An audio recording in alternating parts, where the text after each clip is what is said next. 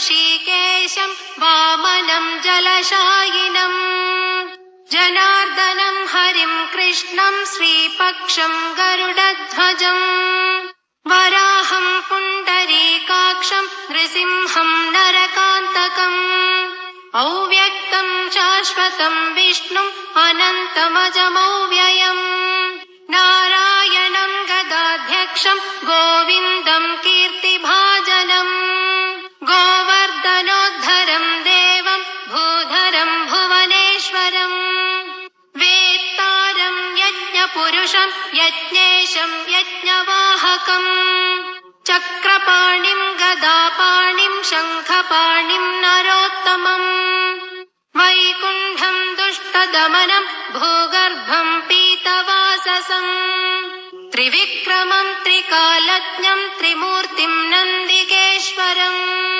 रामं रामं हयग्रीवं भीमं रौद्रं भवोद्भवम् श्रीपतिं श्रीधरं श्रीशं मङ्गलं मङ्गलायुधम् दामोदरं रमोपेतं केशवं केशिसूदनम् वरेण्यं वरदं विष्णुमानन्दं वसुदेवजम् हिरण्यरेतसं दीप्तं पुराणं पुरुषोत्तमम् सकलं निष्कलं शुद्धं निर्गुणं गुणशाश्वतम्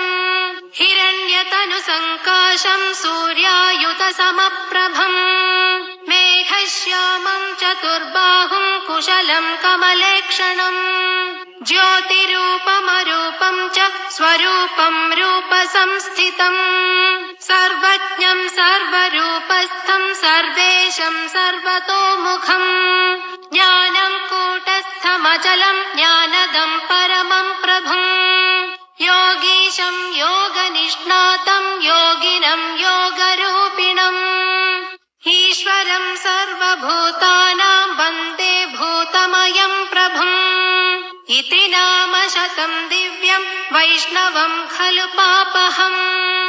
व्यासेन कथितं पूर्वं सर्वपापप्रणाशनम् यः पठेत् प्रातरुत्थाय स भवेद्वैष्णवो नरः सर्वपापविशुद्धात्मा विष्णुसायुज्यमाप्नुयात्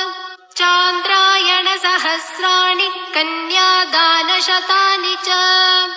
गवां लक्षसहस्राणि मुक्तिभागी भवेन्नरः